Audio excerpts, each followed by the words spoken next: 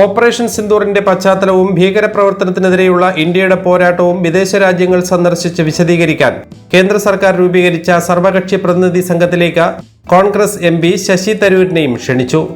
ദേശീയ താൽപര്യമുള്ള വിഷയമായതിനാലും തന്റെ സേവനം ആവശ്യമുള്ള സന്ദർഭമായതിനാലും ക്ഷണം താൻ അഭിമാനത്തോട് സ്വീകരിക്കുന്നതായി ശശി തരൂർ അറിയിച്ചു. സർക്കാർ പ്രതിനിധി സംഘത്തിൽ ഉൾപ്പെടുത്തിയത് ബഹുമതിയായി കാണുന്നുവെന്ന് ശശി തരൂർ പറഞ്ഞു. സോഷ്യൽ മീഡിയയിലൂടെയായിരുന്നു ശശി തരൂർ പ്രതികരിച്ചത്. 7 സംഘങ്ങളെ അയക്കാനാണ് കേന്ദ്രം തീരുമാനിച്ചത്. ഇതിൽ ഒന്നിനെ നയിക്കാൻ ശശി തരൂരിനെ ചുമതലപ്പെടുത്തി. UK US ദൗത്യ സംഘത്തെ നയിക്കാനാണ് നിർദ്ദേശം.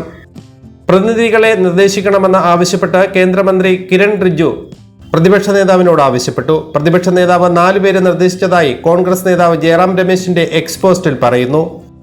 കോൺഗ്രസ് നിർദ്ദേശിച്ച ലിസ്റ്റിൽ ശശി തരൂരിന്റെ പേരുണ്ടായിരുന്നില്ല.